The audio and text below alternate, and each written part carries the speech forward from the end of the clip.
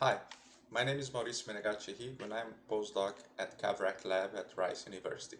I'm going to present today DINC-COVID, a Webserver for Ensemble docking with SARS-CoV-2 proteins. An impressive number of SARS-CoV-2 protein structures have been solved in a short period of time, but computational studies targeting these proteins have been mostly limited to the use of a single experimental structure.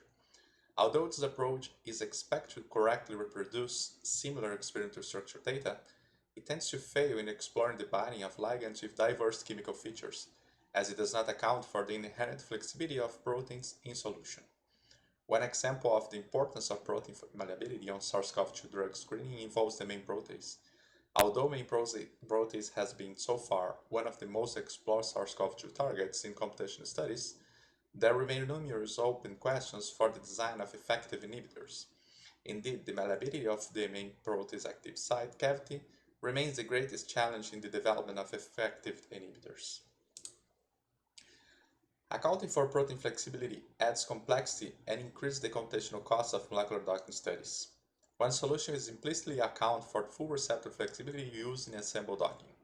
This way, a separate sampling method is used to explore protein flexibility, and a set of representative conformations is extracted to create an ensemble of docking. For docking, ligand sampling is then conducted as in a regular molecular docking job. Here we present DINC-COVID, a user-friendly web server for ensemble docking of small molecules and peptides to SARS-CoV-2 proteins. The sampling of binding modes is performed with DINC, a parallelized meta-docking approach that has been shown to outperform conventional docking tools on several challenging datasets. The proteins currently available for docking through DINC-COVID are the main protease, the papain-like protease, and the RNA-dependent RNA polymerase. For main protease, in addition to the catalytic site, we allow for predictions targeting an allosteric site. The first part of this project was to generate ensembles. For that, we recovered 158 SARS-CoV-2 structures from Protein Data Bank and 100,000 conformations from 2 microseconds of molecular dynamics using SHARM36 and Gromos 53A6 force field. The use of different force fields allows us to sample different states of the protein. We performed dimensionality reduction using principal components and k-means clustering algorithm to identify representative members of each cluster. The graphs on the bottom shows in gray the distribution of all conformations obtained for main protease. The red dots represent a diverse set of low-energy conformations included in our ensemble.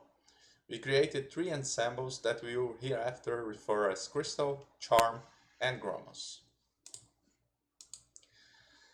These ensembles were used to create a molecular docking algorithm based on DINC, a docking incremental tool developed by our lab.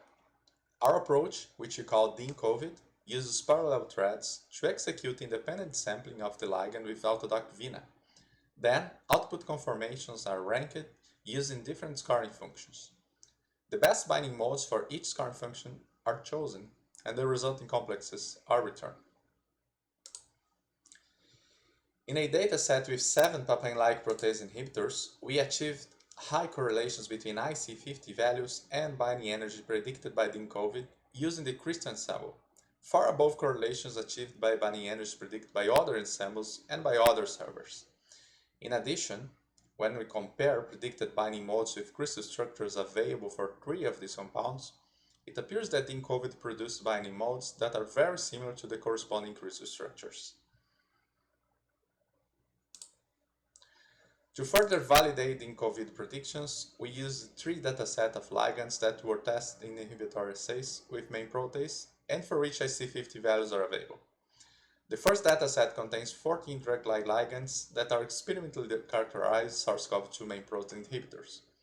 According to Pearson's, the best correlations observed for Dr. VS receptor, but according to Spearman's, the best correlations observed for DINC-COVID using Vinardo and Charm ensemble. Removing outliers substantially improves Pearson's correlations, with the best results being achieved by Dr. VS and DINC-COVID again. The second dataset is a mixed dataset composed of 11 ligands of various types that are experimentally characterized SARS-CoV-2 main protein inhibitors. The best correlations were achieved by COVID-19DS and by DINC-COVID using the crystal ensemble. Results obtained on this dataset are also strongly influenced by 2 outliers.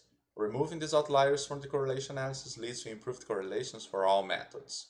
The best correlations are then achieved by DINC-COVID using VINA and Grom's Ensemble. The third dataset contains 4 peptidomimetics that are known antiviral compounds. The crystallographic structures of these complexes were solved at room temperature, which allows for the induced feed process to occur without the constraints of crystallographic packing. DINC-COVID was able to reproduce the experimentally determined binding affinities with good correlations using VINA and the charm ensemble. Overall, our results highlight the benefits of using ensemble docking as an efficient way to account for receptor flexibility in molecular docking targeting SARS-CoV-2 proteins. The differences in range between the provided ensembles are real and can be quantified. For instance, the CRISPR ensemble created for main protease captures mostly side chain rearrangements in the receptor, and only subtle variations of the backbone. On the other hand, the Grom's ensemble created for main protease captures much greater conformational changes, with up to 5 angstroms all heavy atom RMSD in relation to the structures in the CRISPR ensemble. Interestingly, the charm ensemble created for main protease includes conformations in an intermediate range of flexibility. Most importantly, these differences between ensembles are useful since the best results are not always provided by the same ensemble. As an extension, the diversity within ensemble is also useful, since the best ligand binding modes are not always obtained with the same receptor conformation from a given ensemble. In summary, our analysis shows that both levels of diversity contribute to the good quality of DINC-COVID predictions. The DINC-COVID ensemble docking procedure is made available through an intuitive web server interface. And I would like to thank the Center for Research Computing at Rice University, the National Science Foundation, the Cancer Prevention and Research Institute of Texas, the National Council for Scientific and Technological Development in Brazil, and the Rice University. Thank you.